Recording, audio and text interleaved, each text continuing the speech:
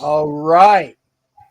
All right. For those of you that are saying, what in the heck? And I'm going to keep it at PG for right now. You can keep it at PG. Feel free to because we have with us, and again, I'm so excited. That's why I'm babbling. That's why I'm babbling, because whenever I get a chance to be with a Raider and talk, I said, dude, that's Daryl Hobbs. That's Daryl Hobbs that's in the studio with me. So please come join us. This is a special show, because when you have an opportunity to have anybody that you just looked out on the screen, that's like, man, that's the dude. And Daryl, I think I told you this. I told you this in Kansas City when I met you. I said it was so nice when I'm walking up to the excursion in Kansas City, and I hear, "Yo, Captain Jack," and I'm looking, but I saw the direction of where it came from, but I didn't see who it was. And then I come in the gate, and again, you reach out, Captain Jack, and that's just like, that's Daryl Hobbs. He knows me. He knows me. Yes, and sir. It was wonderful, because again, I'm just an old dude that watches football, and that is the man who played football for my favorite team, that was with a track team, and we'll talk. I know he will talk about that. Yeah. I know you guys probably could have won an Olympic medal. Yes, indeed. But even like the extras, like the alternates could have won a medal. Yeah, well, you remember we had a silver medalist on the squad, Sam Grady. Exactly. Yeah. Yes. Right. Yes. So when you have that amount, and remember the old speed kills, it really could. Yes, it did. You had to be able to run. You had to be able to, if you were a receiver, any skill position, Al wanted you to be able to move. Period. That's right. And for those that don't know, Daryl Hobbs played with the Los Angeles Oakland Raiders from 92 to 96. I got his stats.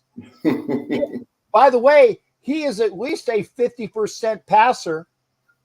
Yes, sir. He's a 50% passer. And 1 year he had a perfect QBR, 1 for 1. We'll talk about that as well. So, and I didn't know that. Again, I'm getting ahead of myself. You could tell I'm excited, and this is genuine cool. I got to talk about it, but I'm gonna shut up eventually. But Daryl played for the Raiders. He went to the Saints, and I've already heard the Saints story, so I'm going to definitely let him talk to you about the Saints. From there, he went to the Seahawks. It says he was on the Chiefs, so I guess that was there, but didn't really happen. But you can talk about that as well. Yeah. And then you said, you know what? I don't like being warm anymore. This warm weather stuff is for the birds. I'm going to go freeze my nuts off. Goes to the Alouettes and the Rough Riders in the CFL, and then as a bonus, played in the XFL for the Memphis Maniacs. And so that is a statured career. But we're gonna start with Daryl. First off, we're gonna go way back in the Wayback Machine. I'm kind of like Sherman and Peabody. Do you know who I'm talking about when I talk about Sherman and Peabody? Yes, sir. I know where you're going. Because I say things. I was talking about MASH today, and the guy said I wasn't old enough to. I'm like, dude, you're just shut up, okay? If you don't know what MASH is, but if you know Sherman and Peabody, because we're talking about original Rocky and Bullwinkle stuff. Yes. Sherman and Peabody, they went in the Wayback Machine. We're going to the Wayback Machine, okay? So. You went to the University of Pacific, correct? Yes, sir. Okay. But what got you to the University of Pacific? Because obviously somebody had to see you with your high school accolades. Tell us about how Daryl Hobbs went on this track. And I'm just going to shut up and let you talk. Okay. So what happened was this. Everyone knows I was raised pretty much in LA. And was another guy, from LA that went to UOP, and you guys know him. His name is Hugh Jackson. Yeah. And Hugh Jackson recruited me. He recruited me to UOP. He was one of my coaches. And so Hugh brought us up, and he brought a lot of us up from LA because that was his recruiting territory. And at that time, I was a quarterback, and Hugh was a quarterback at UOP. And so long story short, I got there, and he left, and Coach Harris was the head coach. He moved me to wide receiver because we had that talk. Daryl, if you want to make a living playing this game, your best shot is playing wide receiver. At that time, they had moved me, and there was a guy there by the name of John Gruden. John Gruden. Never heard of him. Never heard of him. We call him Wild Thing. That's his nickname. He knows it as we call him Wild Thing. Everybody's with this Chucky stuff, but when we see him, we call him Wild Thing. He knows what it means. Okay. So at that time, he was a GA. And he's out there. I'm running routes and catching the ball. And I hear him yelling, Coach Harris, I told you, that's Al Toon right there. That is Al Toon. He's built like Al Toon. He runs routes like Al Toon. So Coach Gruden was comparing me to Al Toon. Mm-hmm. That's where it took off. Okay. From then on, I was playing wide receiver, caught a lot of balls. We ran the run and shoot. I led the Big West Conference in touchdowns both years with 14, 70-something, 80-something catches.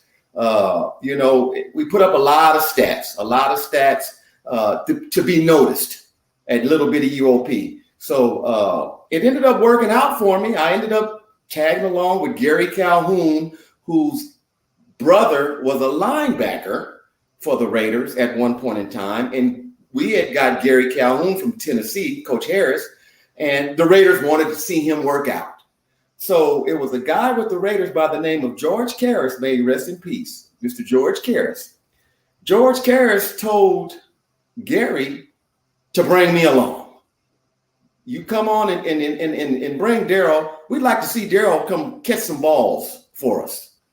So I tagged along, went to El Segundo, and I ended up running a 4.46 on the grass because the Raiders, we don't care about no turf stuff. If you can run fast on the grass, you're automatically going to be moving on the turf. So they timed us on the grass. I ran a 4.46 on the grass. Ended up, I caught everything out there, and they ended up bringing me in and not Gary. Oh, 4.46 is pedestrian, sir. Pedestrian. I can run a 4.6.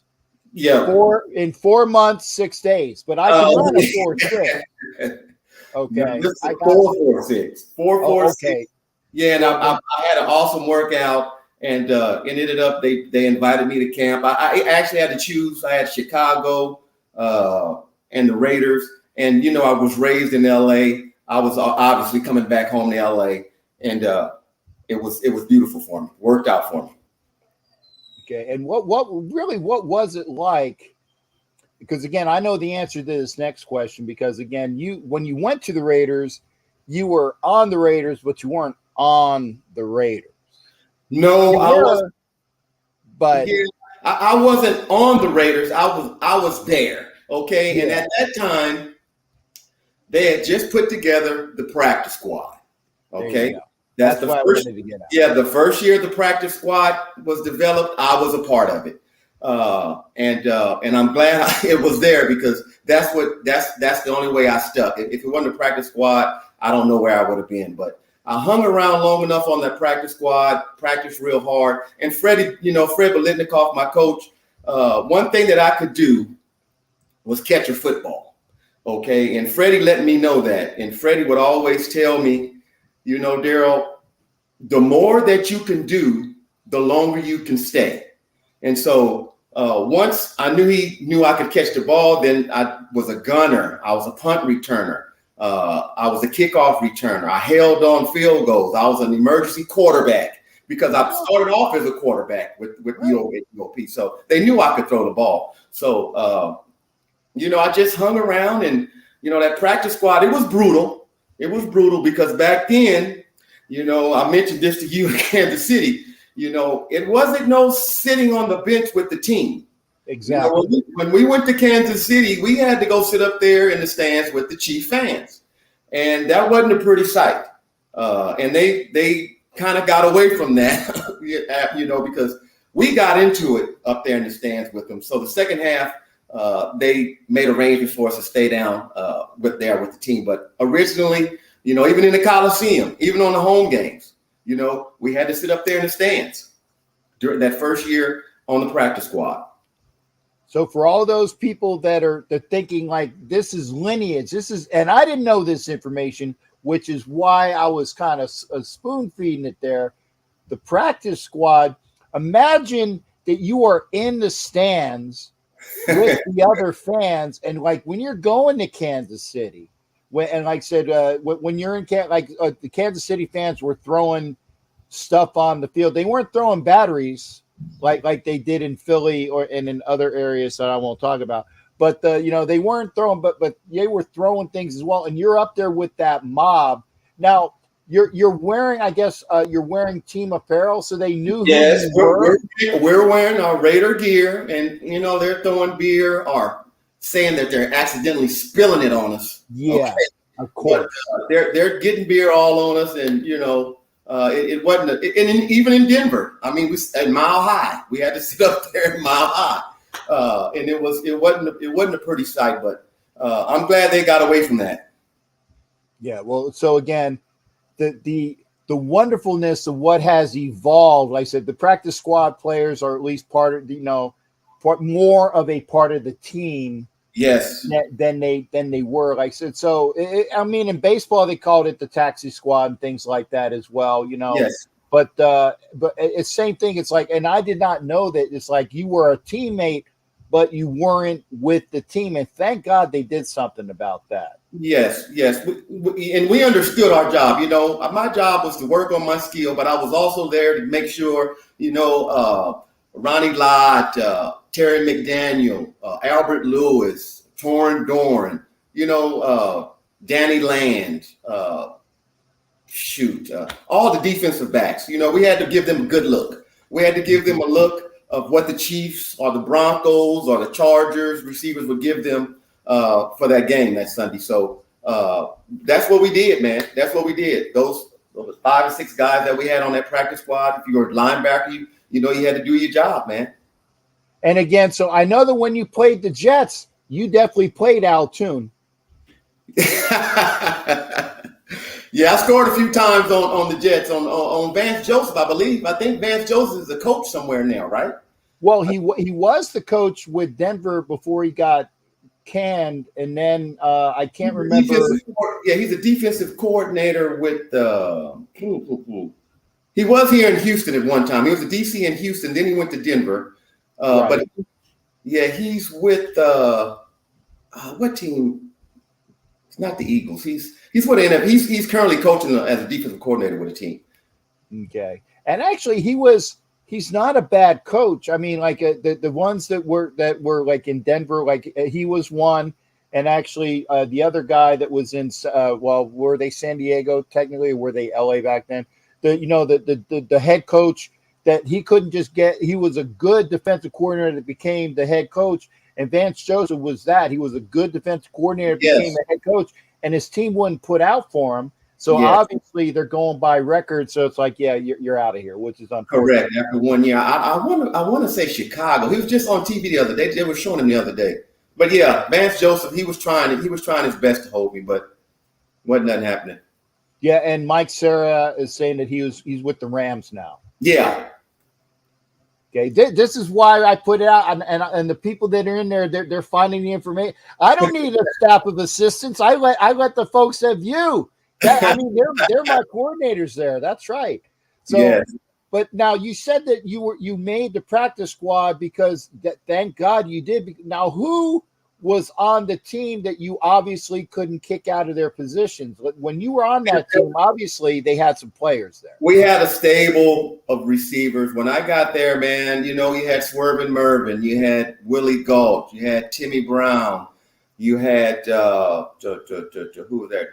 Sam Grady was there. Ron Brown was there. Jet wasn't there yet, and Alexander Wright wasn't there yet. Johnny Morton, Johnny Mo, Johnny Morton. Yeah. He was there. And it was, they were locked in. They were pretty much locked. Oh, James Lofton. James Lofton was there. He actually had number 80. And when they got rid of James, that's when I was able to get the number. But I started off with number 14. Now that was my number 14. So, but yeah, we had stable receivers. My roommate, my room dogs, Pancho, Andrew Glover, love him. That's my big bro. Yeah. I had to bide my time and wait my time, and it all worked out for me when it was my time to go. I did just enough in those preseason games. Freddie and them kind of featured me a little bit. They wanted to make sure they were getting the real deal and not a fake. And I really appreciate that to my pops, Freddie. I call him Pops. It worked out for me, man. But it was, the Raiders, those receivers, man. I mean, like you said, it's a track team. We had a track team, man. And that's at all positions, really. Yeah. Now I got to ask. So when you made it, obviously one guy didn't. So who did you beat out for that last receiver spot? Well, that's how I got 80. I mean, they Lofton was at the end of the line. So James he retired, or they let him go, and I replaced him. And so and then I don't know, they kept Sam Grady another year. They got rid of Ron Brown too. I think they got rid of Ron. Ron wasn't around there. Yeah, Grady was 85. I thought Ron Brown was 80. No, maybe Lofton took it from him. I used to remember him, but maybe I think James, when they got James, he had gotten that number from Ron, because James is a Hall of Famer. That's his number. Exactly. So I wasn't incorrect, because I know in these, you're talking about Alexander Wright, 89, Grady, 85, yeah, Hobbs, 80. It's like that's me, because I said I know these guys. I know those numbers.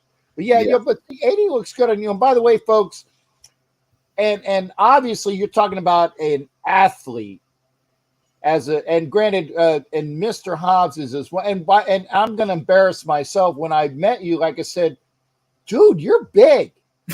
You're big. I mean, not because I'm used to be 6 foot, but now that I've gotten older, I've slid. This used to be up here. It has gone down, and this I've dropped about a half an inch, because I used to be 6 foot. Now I'm 5'11" and a half. But it's like when I see the wrist, I'm like, because you and when I saw Poncho, I was like, I'm like looking like I'm craning my neck to talk to Poncho, and it just. Because I've seen Fred, and I can talk eye to eye with Fred. Yeah, Fred little. Yeah, and no offense to Fred, but he's kind of my size, right? Yeah. When you see these, it's like, dude, and trust me, there is not an ounce of fat on Mr. Hobbs. There's plenty of it here. Not an ounce of fat, because again, a receiver has to be svelte and quick and cat-like at all times. Correct. So I know that's where, and I'm a lineman, so I got to be beefy. Yeah. We try to keep fit. At the alumni gathering we had, man, the first thing when I bumped into Marcus looked at me. Marcus Allen, he looks at me and he says, "Man, you and Willie, you think I'm fit? You should see Willie. You see Willie Galt?" He said, "Man, you and Willie, you guys still look the same. You guys haven't gained no weight." Yeah. And I did see Marcus last. Actually, surprisingly, Marcus knows who I am too. Man, we all know who you are. Y'all don't. But see, the thing is, my friend went up to him. He says, "Hey, do you know the pirate?" And Marcus, and I'm getting this from him. He's like, "Do you know the pirate?" He's like, kind of like give him and then he shows him a picture. So, dude, I know that dude. I know. So when Marcus Allen knows who you are, that's cool. And like when Rod Martin comes up to me at the Blitnikoff events, "Hey, Jack," and I'm like, "That's Rod Martin. He knows who I am too." So I mean, because we know who you are.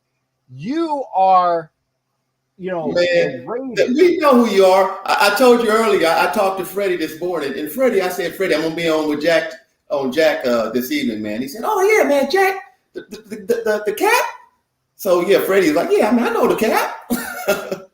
Well, and he's awesome as well. So I definitely got to get with him. In fact, I will get my tickets, and I'm going to get with the ladies. I said I want to sit at this table if possible. Yeah. So, and we can't, and we'll talk about the Blitnikov event for all of the folks who are. But the first thing I want to do is I'm going to put up a GoFundMe. I want you guys to at least look at this, get this site ready. I'm putting it in the chat because Daryl's going to talk about it. I'm not going to. This is for the chat. This is for the chat. Don't go there now. I mean, you can go there now, but there's a reason why I'm doing that, and this will be at. We're leading up to it. This is called a tease. It's called a tease, bro. Called a tease. That is Daryl's GoFundMe, and it's a wonderful GoFundMe, which I will make sure because I said, dude, I need your GoFundMe because I'm going to be dealing with that, and trust me. This dude don't hit up GoFundMes unless it's worthwhile. And if I'm going to go in this GoFundMe, shame on you if you're not going to the GoFundMe. But okay, getting back to this is a Captain Jack story. We start on the highway, then we go to the state road, and then the county road, and then the non-county road, then the dirt road. And I'm going to bring you back onto the highway. We're going back on the highway, Daryl. I'm sorry. My viewers know this is me, but maybe you know that this is me. This is natural.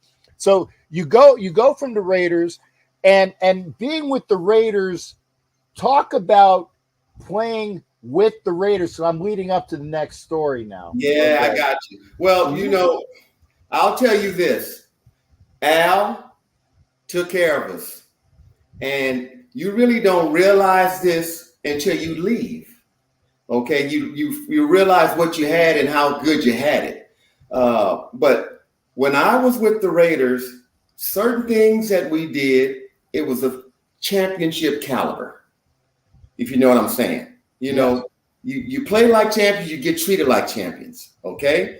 And there's certain things that we always were able to get as a Raider that you don't always get somewhere else, okay? And we'll get to that.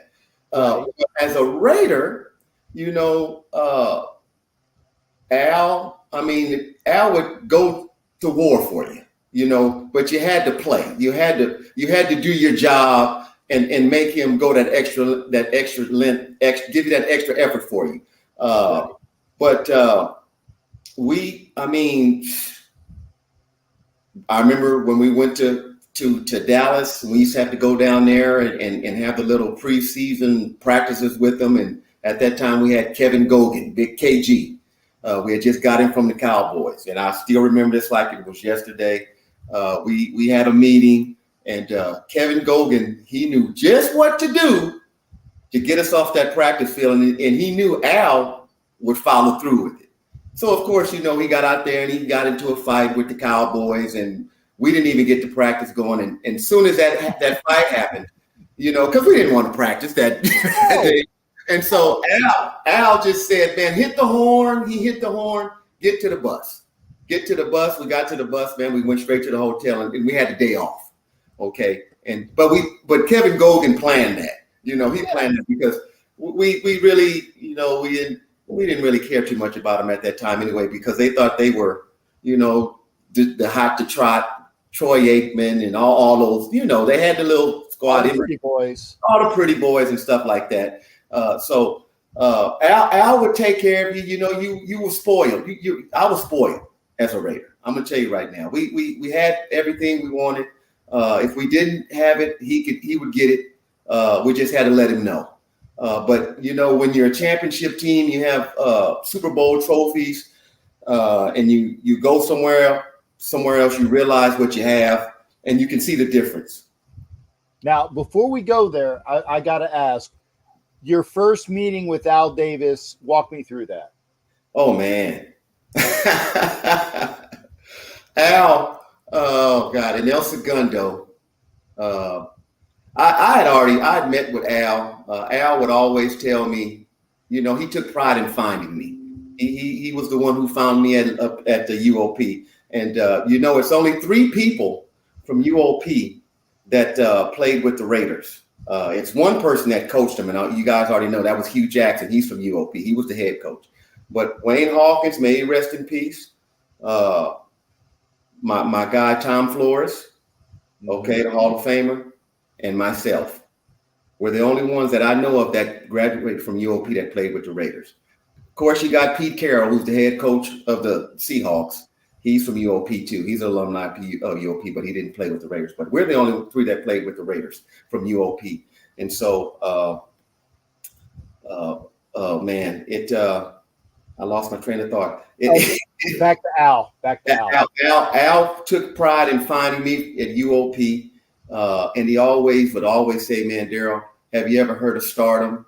He said, "Man, if you follow the steps that Freddie, the skills and stuff that Freddie teaches you, you'll be a star." He used to always be a star. And so, me growing up in LA, I think I told you this also. One day, I brought my friend. Best friend, he's a male guy, Gordon Jones. He was at every function with me. He's like my brother. I brought him to the facility, and I had to go meet Freddie. And Gordon was in the lobby walking around, and here comes Al. Al has on the white sweatsuit with the silver glasses and the rings on. And he looks over at Gordon and he says, "Hey, man, who are you?" And he said, "Oh, I'm Gordon. I'm with Daryl. I'm with Daryl." He said, "Hey, have you ever heard of stardom?" He said, "Huh?" He said, "Daryl, he's going to be a star." And I found him. I found him. So he told that story to Gordon. Gordon told me that when I came back out to meet with Freddie. But at first he thought he was getting ready to throw him out the building. He was afraid. He was so scared. He thought Al was going to call security on him.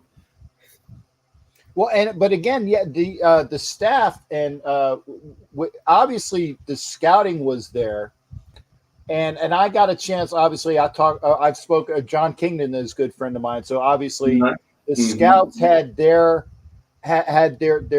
dossiers on you. So it's like, what was it? Hugh that actually turned the Raiders on? I mean, because somebody was interconnected to say, "Hey, I got somebody for you." And I mean, people know about you, but what person amongst the scouting staff said, "Hey, I'm the one"? Well, George Karras. Yeah, remember, I went down there in that workout. George Karras, I believe George Karras was a scout, and people forget a guy by the name of Steve Ortmeyer. Oh yeah, Steve. You can't forget Steve Ortmeyer. Now I'm going to tell you, I love Steve, and I love Bo, his son. Steve Ortmeyer was the guy that brought me to the Memphis Maniacs in the XFL, and we'll get there. Yeah, because he was in charge of that deal over there too. But Steve Ortmeyer was also involved with me getting with the Raiders. But George Karras was there, the original person that did that workout. But I always thought, and they say we are related. He's from Texas. He's from Cuero. I'm from Victoria. Arthur Whittington. Oh, yeah, 22. 22. I call him kinfolk. We call each other kinfolk. He was there with the Raiders, and he's from Cuero, and I'm from Victoria, and we're right up the way. And he knows my people. My people knew his people, so we had some type of connection there. So I always thought that Arthur had some input in that stuff too. Okay, that makes sense. So it worked out for me, man. But I think George Karras, I know definitely Steve Ortmeyer, and Freddie. Freddie looked at all the film, and like I told you, one thing, it's me, Tim Brown, who else? Swervin. We could catch that ball. We could catch the ball. My job was to move the chains. I knew I was going to get the third best cornerback, or the fourth cornerback, kind of like Hollins is doing now, the number 10. Right. He's going to get the first 2 starters are the best ones that they have. The other ones that they bring in there, I knew I was getting someone that don't even supposed to be on the field, just like Hollins. So I should kill him. That was my mentality. So I knew me and Tim Brown, they could interchange us. Because back then you had to know X, Y, and Z. You just didn't know, certain people, the fast people, they could line up at one spot, and your job was to take the top off. Let me see. You're going to run a 9 pattern. When am I doing this next time? You're going to run a 9. Correct. And we're going to come underneath, and you're going to clear it out for the people that can catch that thing and do something. And so I knew my job was most of my catches on third downs and moving the chains. That's what my job was. So you're third in Hobbs instead of being third in Renfro. I was doing that a long time ago. Right. Yes. But again, like I said, when you have Tim Brown there, when you have Swerve and Mervin Fernandez, when you have Alexander, or although Alexander he was definitely a 9. He was definitely he was a 9. Ace was a 9. Alexander, we called him Ace. Ace was a 9. James Jett was a 9. Rocket Ismail was a 9. Right. It's like, we know what. Just go deep. Just go deep. 8s and 9s. Post and go routes. There you go. See, this my lineman, man. It's like, you guys do that. I'm just going to block the dudes that are in front of me because you don't want to give your quarterback a lookout block. You know what a lookout block is, right? Yeah, I know. I used to play the position. I know. Yeah. Look out! That's the lookout block. For you telling your quarterback. Look, and I sometimes I played against Gary Zimmerman, who played for the Cowboys. Yeah, I played him in high school, and Gary, he was kind of like just this big country. Like I played him with, and he just pushed me. I didn't even get a chance to give a lookout block. He just, just like, get out of my way, kids. So that's my claim to fame. I actually played against an NFL guy. But so now the Raiders quarterbacks in that era, obviously we know who the skills were, but who are your shit? Well, obviously Poncho, a tight end, but who are the other skill players? Who's the quarterbacks? Who's the running backs? Well, at that time, our quarterback, when I got there, Jay Schrader was the quarterback. Ty Marinovich, Vince Evans, Billy Joe Holbert came, but Jay was the guy. Jay was the guy, and then eventually I caught most of my balls from old Hostetler, Jeff. There you go. Jeff was my guy, but Ty I caught quite a few balls from Marinovich when he was out there too. And the running backs, of course, we had Marcus. I was there with, Bo was rehabbing his hip. I didn't play with Bo. Bo was injured when I got there. He was rehabbing. But Marcus was there, Eric Dickerson. I think was Roger Craig there too? Roger Craig was there. Who else? It might have been Rathman then. I'm not, or I might be mixing. No, Rathman was there. Who else was there? Joe Aska was there. Joe Aska was there during my time. He was the preseason MVP, man. Joe Aska was, he'd be the MVP in preseason, and then you would never see him because it's unfortunate. Yeah, Nick Bale was there. Nick Bale was running back. We had a stable of running backs, man. Everybody, I was there with the old schoolers, man. Howie Long, Greg Townsend, who else, man? Wisniewski, the Wizard. Who should be in the Hall of Fame, damn it. Yeah, the Wizard, man. Who else?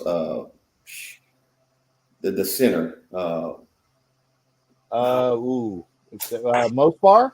Mosbar. I was there with Don Mosbar. Dan Turk was his backup. Then we got what's his face that disappeared that year.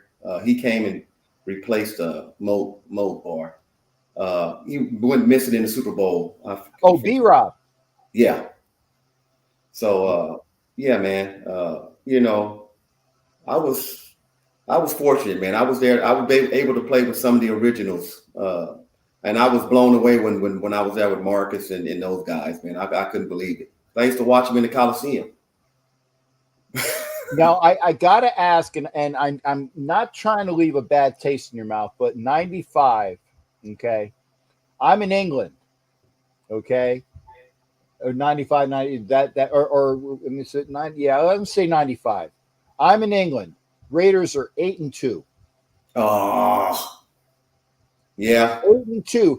And I know that the Raiders are the best team in the AFC, and I have to work military. I'm working with a dude that's a Broncos fan. And Donkey. I was like, yeah, it's like, come on. And that was the year I think that the Broncos they went from the horse with the D to their new design, which they still have. That was when they changed it. It was like around 95. And I'm like, man, that's some fugly fugly looking horse. Yeah. But at 90, we're 8-2. And like I said, you're catching passes from Jeff Hostetler. And I'm watching a game, and I know it was in the Coliseum, and I can't. Was it the Cowboy game that Haas went out? I think it might have been the Cowboy game. I think it was that game. The Cowboys beat us in that freaking game.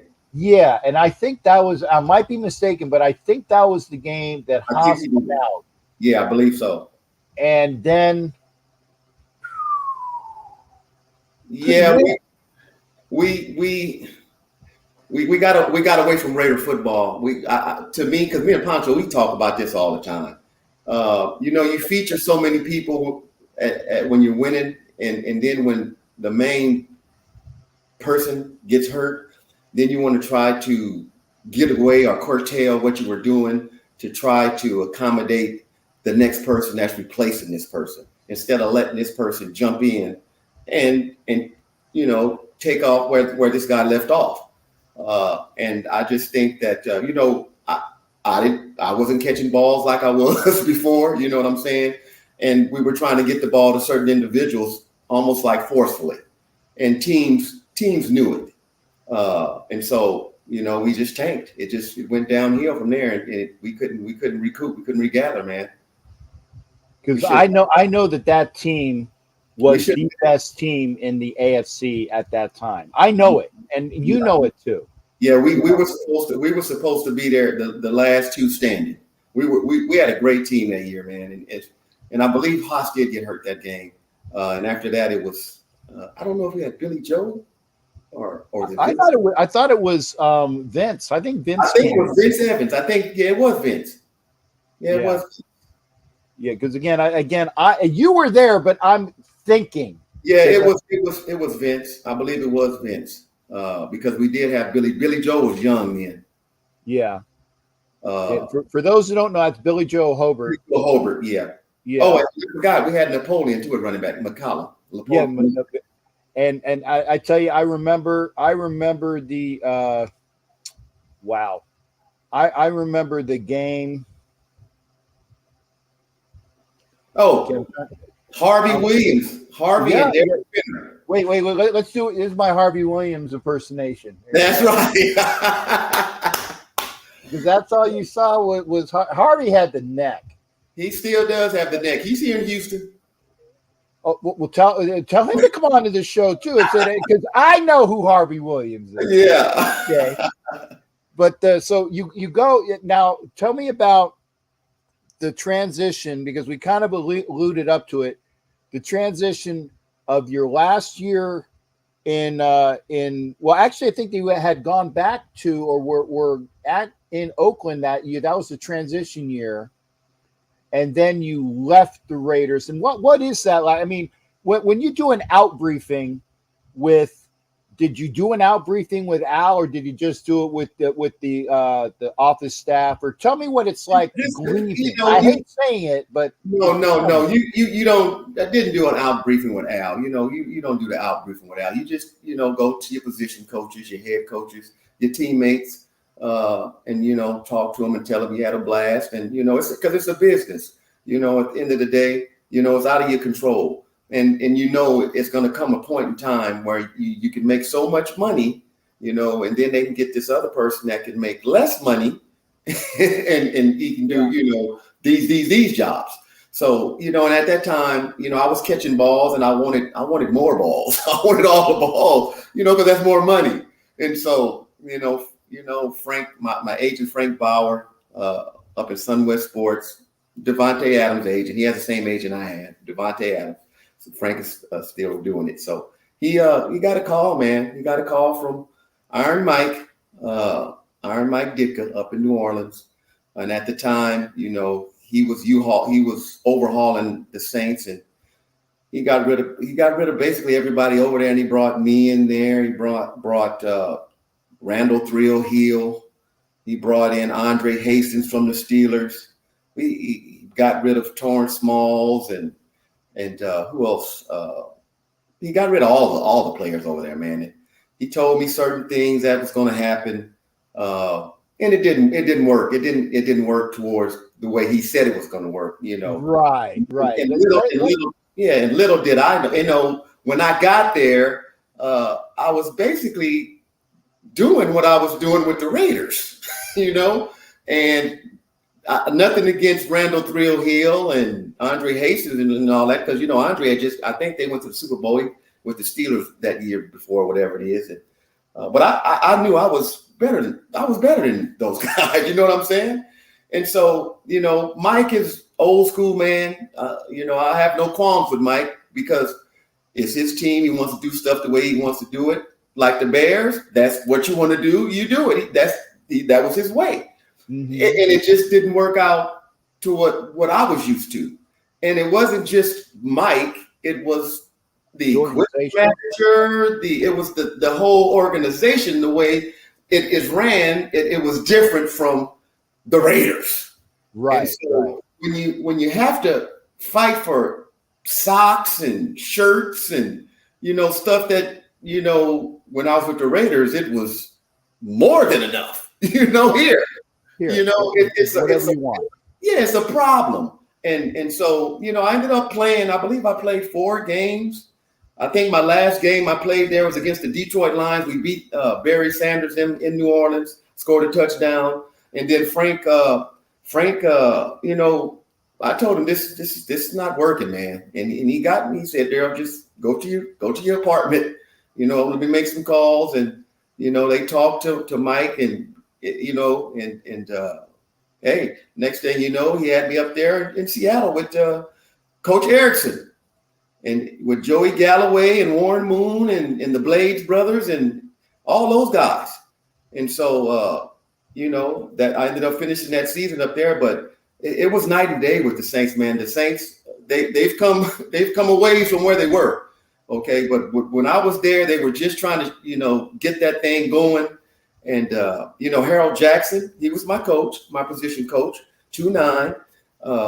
And he was cool. He was good. And they had some good players. Heath Schuler, they had just got Heath Schuler. He was quarterback. They got rid of Jim Everett. He sent Jim Everett to pick me up from the airport. And we had a nice conversation, but he got, Joe Horn was there. We had some receivers, but I was coming from the Raiders, man.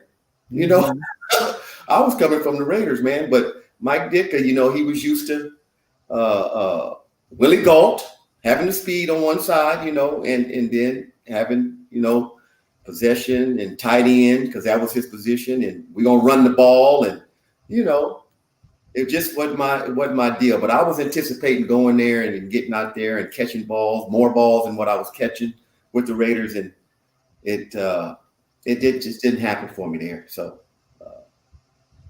but like I said, but you go from, I don't want to say you went from the outhouse to the penthouse, but you definitely went to a better situation where you have Joey Galloway on the other side. Yeah, man. Yeah, we had Erickson is offensive minded, from his days back at the U. So that's, and he brings in, like I said, Benny, was it Benny Blades or it was Brian Blades and Benny was the safety. Right. Yeah, Brian was the receiver. Brian was the receiver. Right. And then his brother played D-back.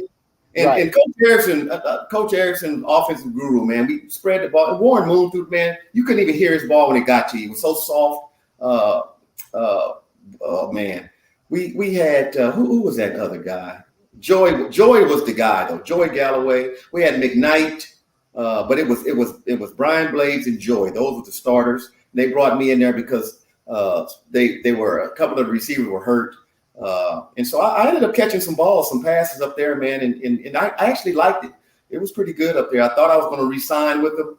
But that money thing pops up. You got me. I think that would have been my 6th or 7th year around there. And I had to be paid a certain amount of money. So that's when I took a trip down there to Kansas City to camp for 6 days. And Coach Shot, I knew that wasn't going to work because when we played him, I used to, I almost ran into Coach Schottenheimer on the sideline when we played him one time when I ran an out route. But I just knew that wasn't going to do. He wasn't going to keep me around there. Chief wasn't going to keep me around there, and I would never. Yeah. You had that Raider stink on you. Yeah, I had it on me. You're right, Cap. and Marty was not gonna. No, it wasn't happening, man. It wasn't happening. Now I was gonna say, that didn't last. So what was your inkling? I said you go for, and I'm sorry, you went from the top of the line, and going down. Right. So when did you say, this just ain't happening down here? So obviously you and your agent are looking at options, and I can't believe though that you. And again, I don't know the bit. Like I said, you're the professional. I'm just the guy that watches TV. Okay. Yeah. What is I can't believe that somebody of your stature and ability, and again, I know it's a pay scale thing, that you have to get a certain amount of money, but I can't believe that nobody would even look at you after that. I just can't see that. Well, what happens is this: when you move around a lot, stuff gets put out there. He can't stay in one spot. He wants the ball all the time. He's this and that. You know what I'm saying? And that's where your agent has to come in and help you out. And I'm not going to put anything out there bad on Frank, okay? Because it's his, he has other clients that he has to take care of, and he has to work with these people, if you know what I'm saying. So I ended up having to find somebody else to try to get me in.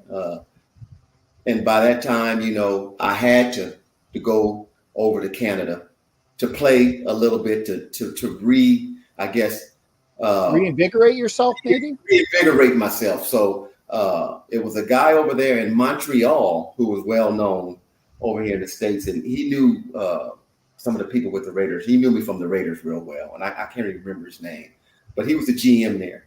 And he brought me down there, and I caught some balls, but they had this weirdo American ratio thing that they got over there, where they only can keep a certain amount of people, and if you're not playing, they put you on the practice squad, and when you're not playing. So, I've been playing too long to be put on the practice squad. You know what I'm saying? So I ended up leaving there, and Saskatchewan Rough Riders. Mm-hmm. I'm in China, and I'm like, oh my God, and it's freezing.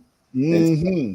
Because Montreal is a vacation spot compared to Saskatchewan. Montreal was pretty nice. Right? Montreal was pretty nice. But, but then here comes Saskatchewan Rough Riders calling.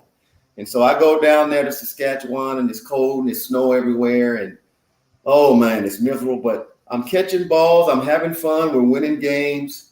And then we have some injuries, and then they have to move Americans up, put some down, and all this type of stuff with this American racial stuff again. And then again, the money is not, you don't get no money over there because they tax you twice. You know what I'm saying? So you're just really over there playing football just to try to get you some film, some get yourself going again so other people can see you. And so I played there. It was okay, but all the wacky motions, everybody running toward the line of scrimmage and all that type of stuff, and the field was an extra. Yeah, well, it's like 20 yards. Yeah, man. It was different. Yeah, it was different. And it's weird seeing 2 50-yard lines and then a C in the middle. I'm like, I never got that. Yes, it's the field seemed like it was longer than the NFL field to me.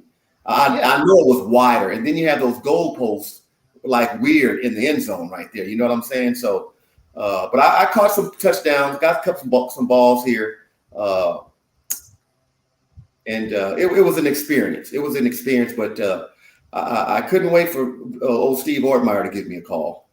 And I couldn't wait for Vince McMahon to get that original XFL up and going, because I knew Steve was in the mix with the Memphis team. He didn't let me know what he was going to be doing as far as coaching or being the GM or the president, but he ended up being the GM. And man, I think Kippy Brown was the head coach. Kippy, I remember that name. Yeah. Keith Brown was our head coach, and we had Drunken Miller, and we had Rashawn Salam, and we had Alvin Harper, and it was this guy.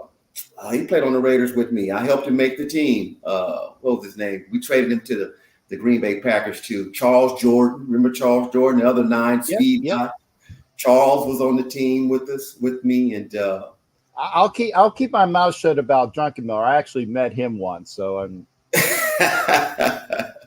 Drunken Miller. He threw some touchdown passes to me, and that was actually the most fun I've ever had playing football, because they kind of let us do our thing. We were able to change names. I was the Mantis and all that type of stuff, and we had that freaking camera thing that followed us above our heads and all that. Which the NFL did initiate. That's right. That's where it came from. Exactly. So there was a lot of good things that because when you have innovation. Yes. And this is a good segue for you as well, sir. When you have innovation, correct, and you bring aspects that get people that get interested, and it's like, wow, that's cool. Well, that would be something that would be inspiring.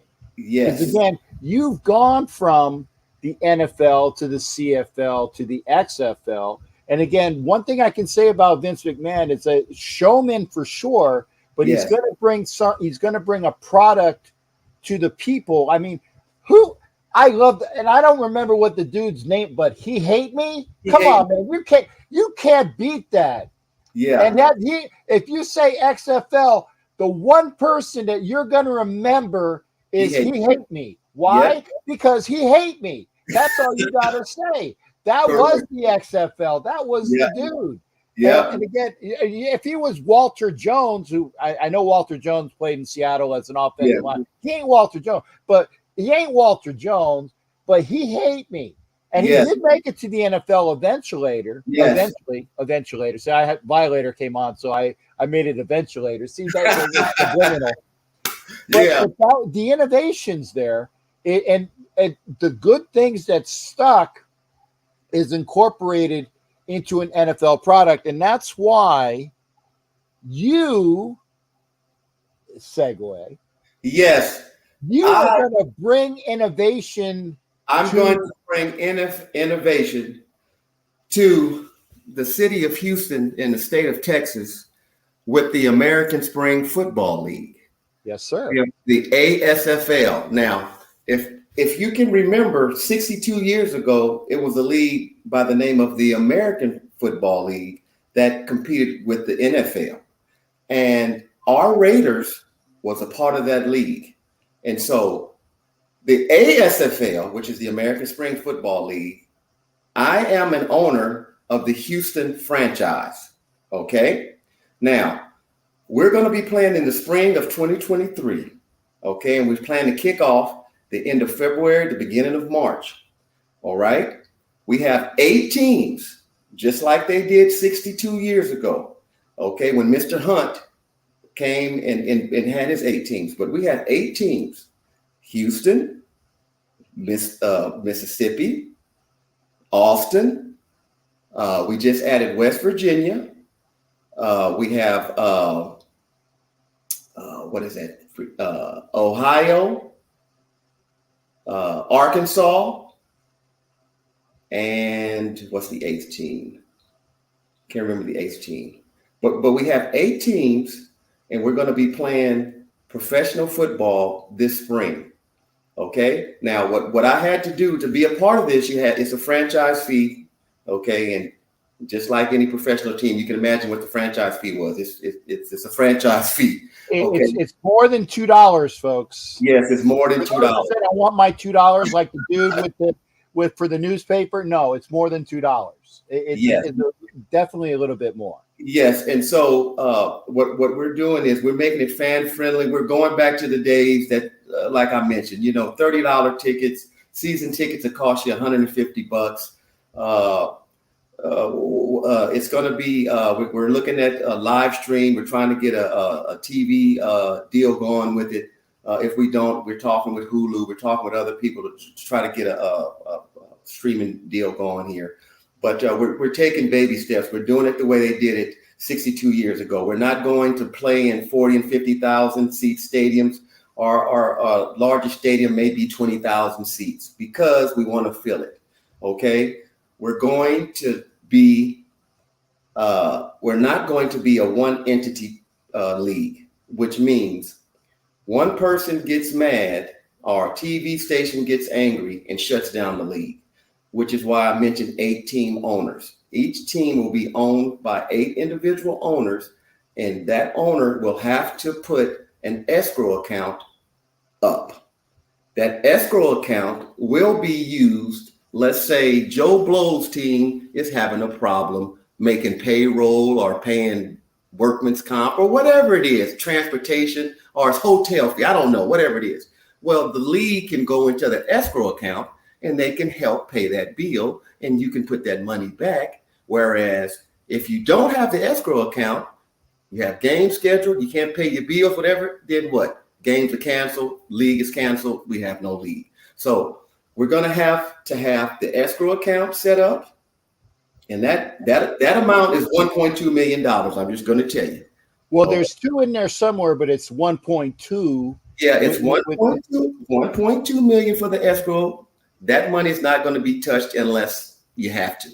Okay. Yeah. And then it's 1.6 million that you need to run the league for operational costs. So that's the total of 2.8. Okay. So if you do the math, my business attorney told me, Daryl, you have the best crowdfunding platform there is. You have the Raider Nation. He said, and at that time, I told him I said, man, if I can get people to donate $5-7, I could get this thing done. And he said, Daryl, come on, man, it costs you $20 to get a Happy Meal or food from a restaurant or something, man. He said, man, if you get 140,000 fans, Raider fans, to donate $20, that's your 2.8 right there. And so that's why the GoFundMe is set up, okay? Because I'm trying to get the help of the nation to donate. If you can't donate 20, 10 is fine. It's no big deal. But I need 140,000 Raider fans, Raider boosters, Raider clubs, to donate. Go to the GoFundMe and donate it so we can get this thing going, because I've come to find out that here in Houston, we have 15. We have so many Raider fan clubs here. They want football. When football is over in the fall, they're jonesing to see football. And so I went to them and I asked them, would this be something that would be interested in doing if I was offered this opportunity? And they was like, Daryl, if you can get it, man, get it. Because we want football. And I will tell you guys this. We won't be silver and black spot on like the Raiders, because I respect my team. I love my team. I will not do that to Mr. Davis, Mr. Mark. Okay, that's my squad. Raiders come first. Okay, but you will not have a hard time knowing who we are. I can tell you that. I can guarantee you that. So we will have some white, we will have some silver, we will have some black, but we won't look just like my Raiders. Can't do it. Okay. And my plan is this is not just my team. This is the nation's team, man. I want us to be able to have a place when the Raider season's over and we're successful and we win these Super Bowls, keep on partying. We have a spring football team where we can get some of the guys, because my thought was really the practice squad guys, they don't get to play during the season. They don't get to do anything but practice and help the guys get prepared for Sundays. They should be able to come. I should be able to contact Josh or whoever. They can contact me, whatever we need to do. Daryl, can you sign this guy up? Let him play a little bit this spring so we can evaluate him and get some film on him, and then work with him in the camp and stuff like that. It's just something to help. And it doesn't have to be just the Raider players. It could be anybody on the practice squad. It doesn't matter. But just to be able to have another venue for them to work on their skill, that's what this is about to me. And so that's what the GoFundMe, all the money is for operational fees to get this thing going. and I'm, transparent with everything. I want everybody to know what's going on with everything. And like I said, 20,000 seat stadium. We're not going to be in the hub cities, like some leagues. We're going to be in the hubs. I'm not going to mention their name, but then they're going to fly them or bust them down on game day. We're going to be practicing in the city of Houston, where the fans can come watch us, where our players can go do some benefits, some autograph signings, some stuff at the hospitals with the kids, whatever. We're going to be in the community. And so I would like to have all the flags and banners in the stadium, all that stuff up in the stadium on game day, and just have all the alums and the ambassadors, captain and everyone. We want all that, because that's what our fan base, my fan base here in Houston, is going to be the Raider Nation. And they're already trying to get season tickets. And, with a 15 and 20,000 seat stadium, it's not going to take long to get that thing sold out. And so, I'm just excited, man. And I just need you guys to give me a hand. Give me a hand. I'm asking for your help, Nation. I'm asking for your help. Whatever you can do. And Ed Winchell and I already know the answer to this, and I'm going to let Daryl answer that for you, because Ed wants to have, because you're from LA, Ed's from LA. He's talking about an LA team, and I'm going to let you answer that because I already know the answer. Gotcha. So Ed, the CEO of this league, his name is Michael Dwyer. Michael Dwyer is in LA. He lives in LA. He's in LA right now. Michael Dwyer actually had the rights to the USFL, but I won't get into that story. But he's been working on this monster for a long time. Okay. And when he asked me about being an owner of a team, the first thing I told him was, yes, and I want to be in Oakland. I told him I want to be in Oakland. Well, we couldn't go to Oakland or LA or San Diego or those type of places now because of workman's comp. Okay. The workman's comp in California is horrendous. Okay. It's $130,000 here in Texas, which is why you have these teams, these other leagues here in these hub places, because the cost it's not expensive. Okay. It's cheap. So that's why I told you we're going to start off taking baby steps. We got our teams are going to be kind of, local, where the transportation won't kill us as if we was going from here to California or San Diego or something like that. That's why we're playing in Arkansas and Austin and places like that. Mississippi. We're in a place where in the South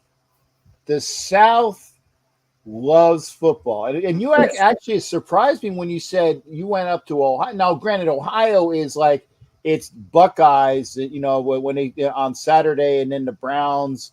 So for that, so you're going to places where they're going to support the teams in football, yes, because they are a football market. Correct. And let me put this out here too, Cap. I'm going to let everyone know I will be the only team that will be, I wouldn't say competing, because I really don't care about the XFL and the USFL. As you know, they're going to have a Houston team, XFL. The USFL already has a team, a Houston team. Okay, but they won't be here in Houston. I will be the only one here in Houston with my team.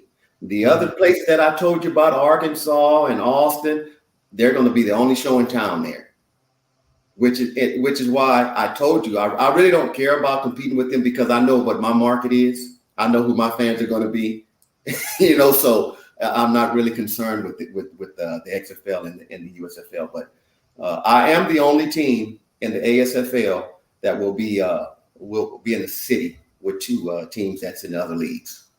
Mm-hmm. And again, for those that don't know, remember last year, the USFL played all their games in Birmingham.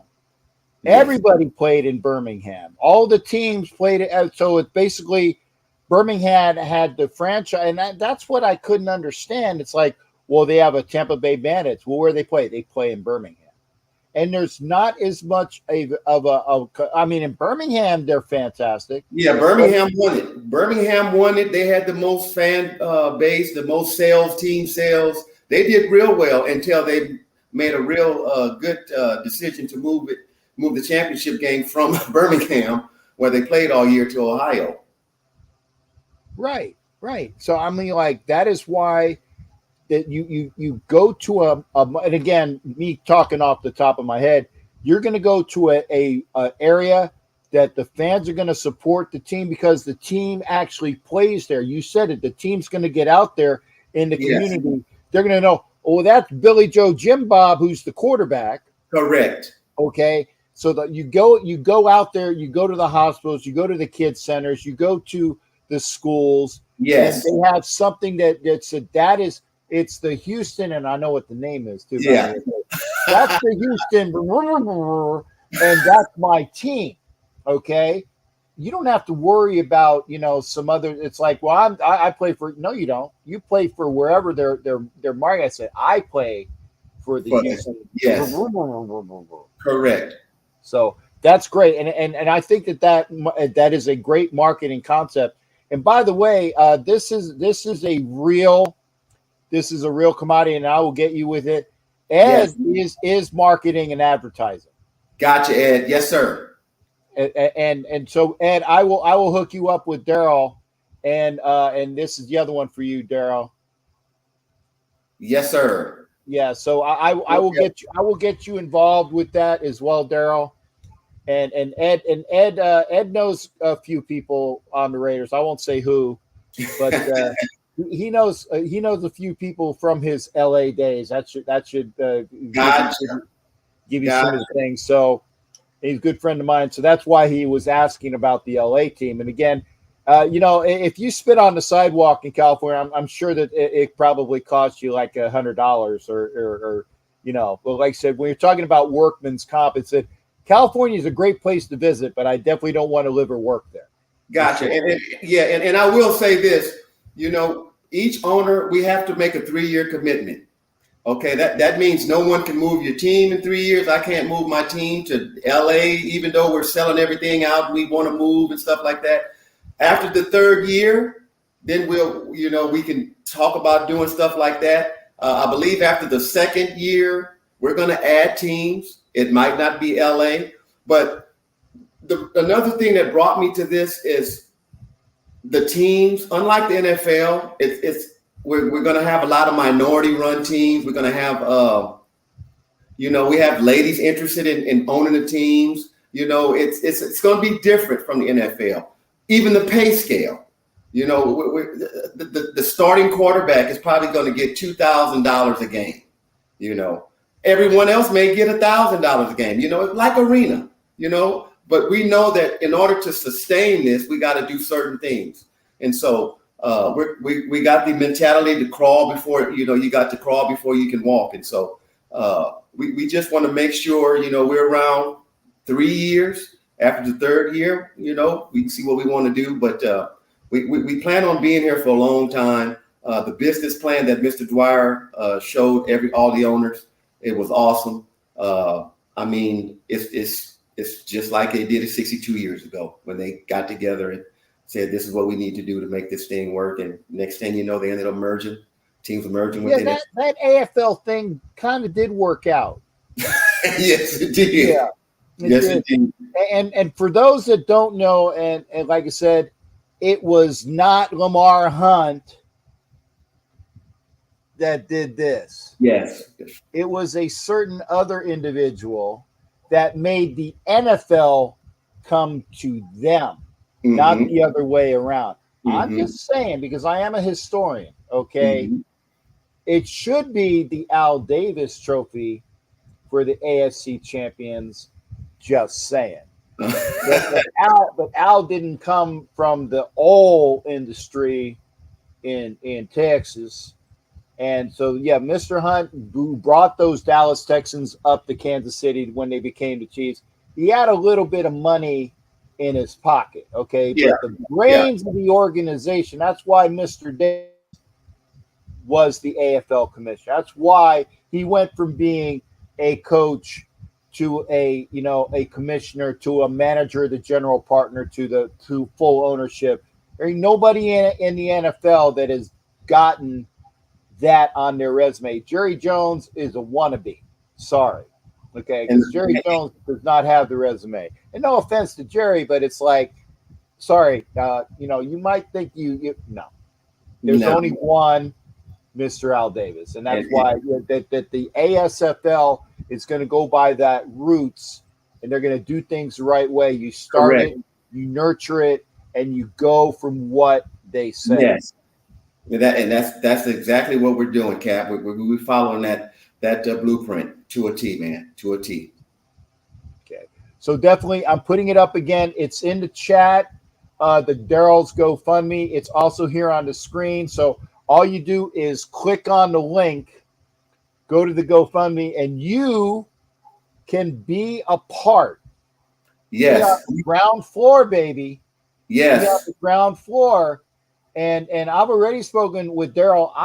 Trust me, when you get money out of my pocket, it's going to be for something worthwhile. Okay. I appreciate you, Cap. It's going to be for something worthwhile. And that's why I got the soundboard here.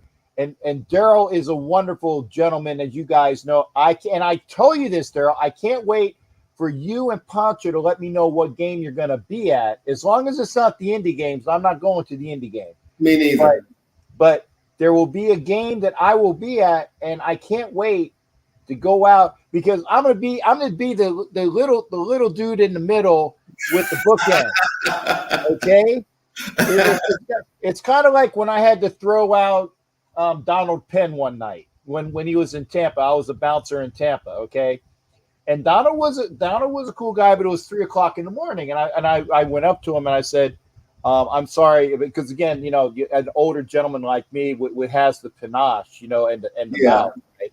So I said, I'm sorry, Mr. Penn, we've definitely enjoyed your time here, but it's time to go. Now, Donald Penn's not going to pay any attention to me. It's like because he can breathe on me, and kind of like Gary Zimmerman did. Yeah, but I did have two bookends behind me, so I had the niceties.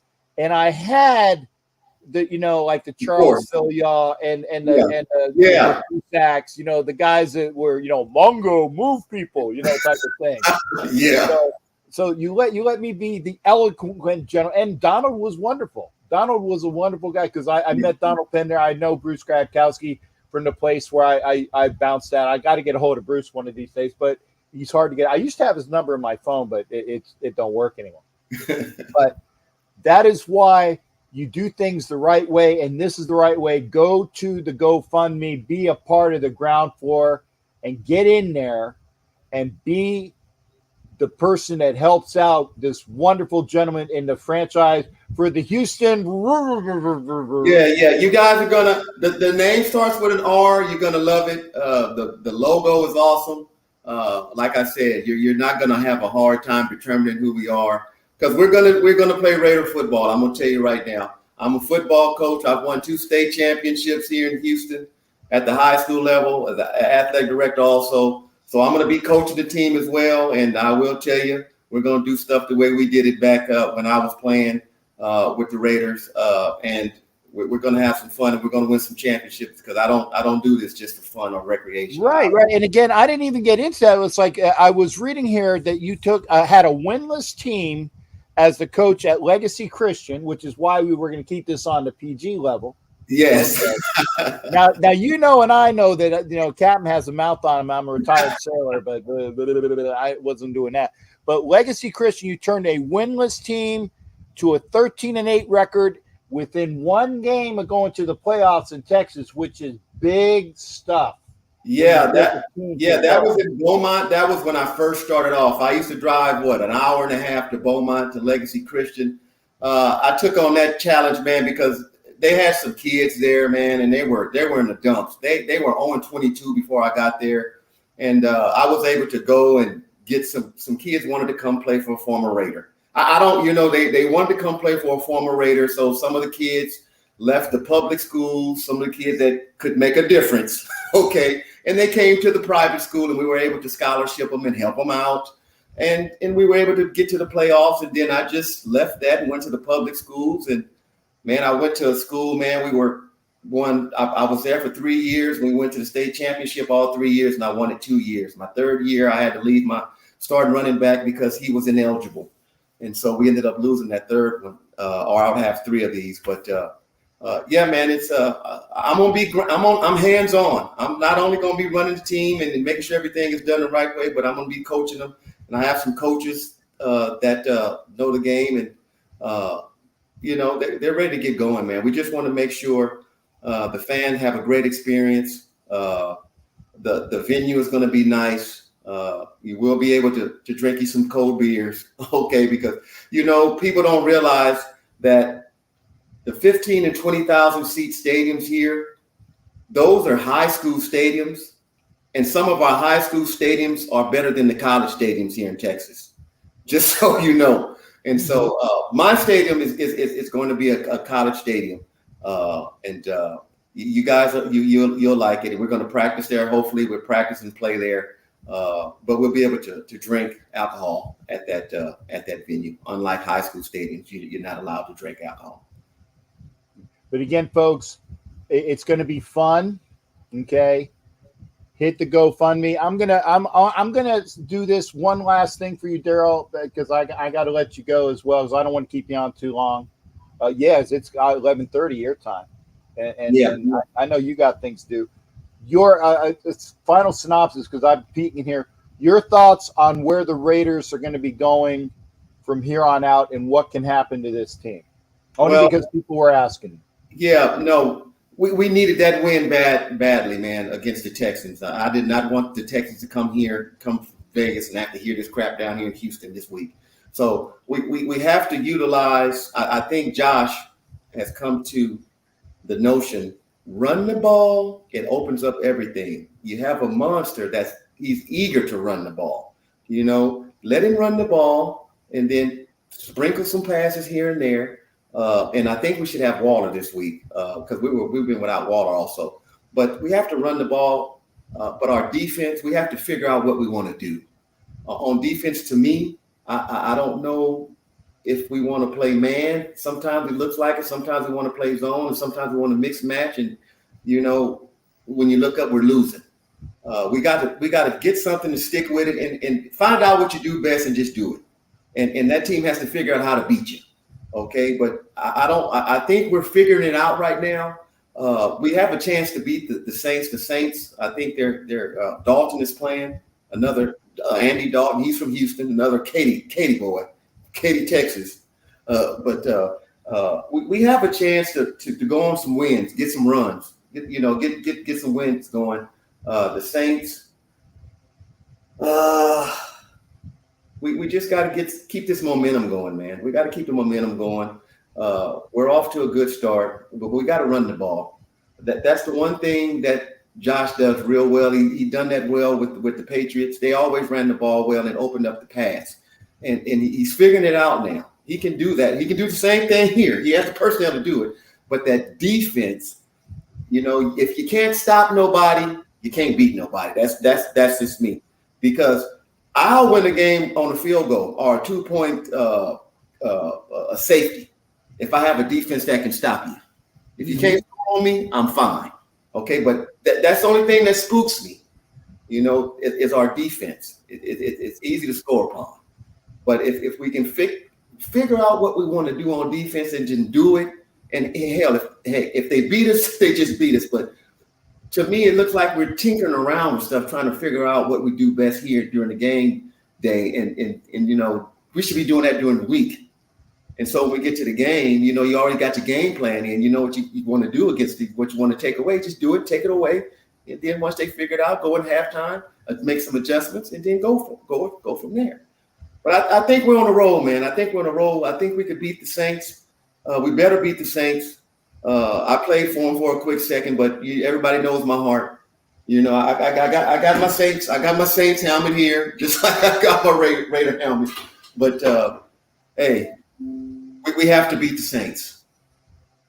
And I think we will. And again, I'm gonna call it pretty much a show. Daryl, please don't go yet. I'm gonna be running my promos out, and then I'll say goodbye to you if possible. But we're gonna be yes, sir. You said one more thing. One last thing. I want to thank all the booster clubs and the fan clubs that supported me thus far. Space City Nation, Raiders Mexico, Chavo out there with the Los Malosos, up out there, man. Squatty Waddy. My guy, of course, Pancho, my room dog, shout out. But everyone that's helped me so far, I really appreciate it. Hey, I need 140,000 people, 140,000 Raider fans. And we have a zillion throughout this country. Donate $20 or whatever you can. If you can get to 20, that's fine. But whatever you can is appreciated. But it takes money to get this thing going. And I'm very appreciative. And I thank everyone from the bottom of my heart. And I love every one of y'all. Thank you. Yeah, and definitely as well. Say thanks to Daryl. If he can start for us this week. yeah. Well, I was going to say if Tay hasn't practiced this week, so you can come in and play Adams's position, I'm sure. Hey, I'm telling you, you already seen me, Cap. I can line up and catch Folks, like I said, there is not an ounce of fat on this gentleman. Okay, trust me, I got more fat on accident than Daryl has on purpose, and just the way it is, he can definitely start and play for availability. And don't let that wonderful gray goatee fool you.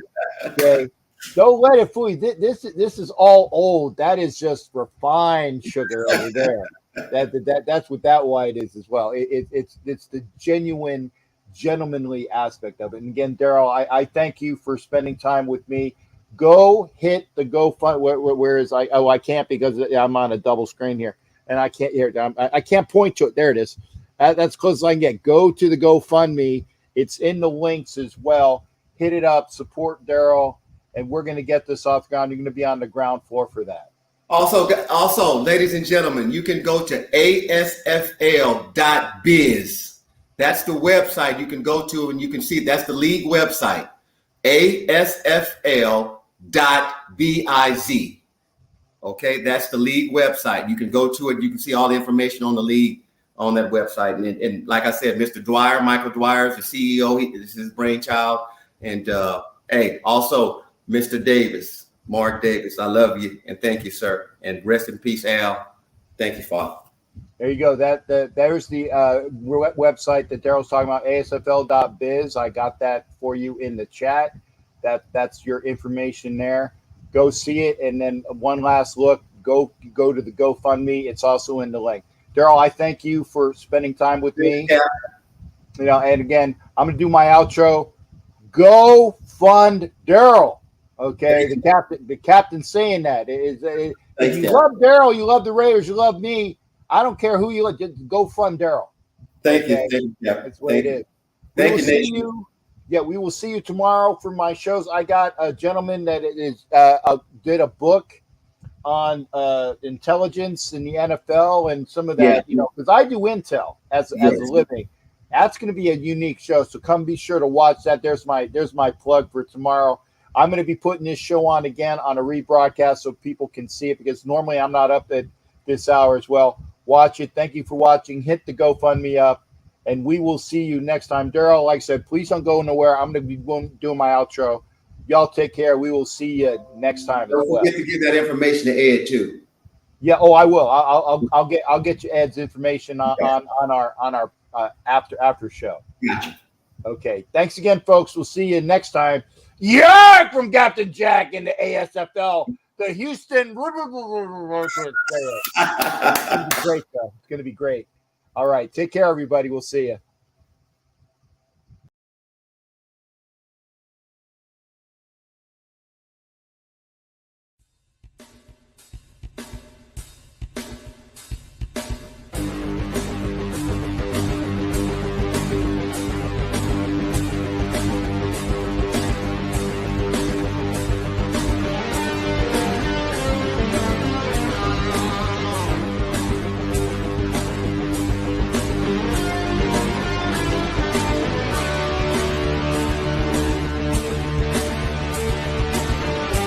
Bye.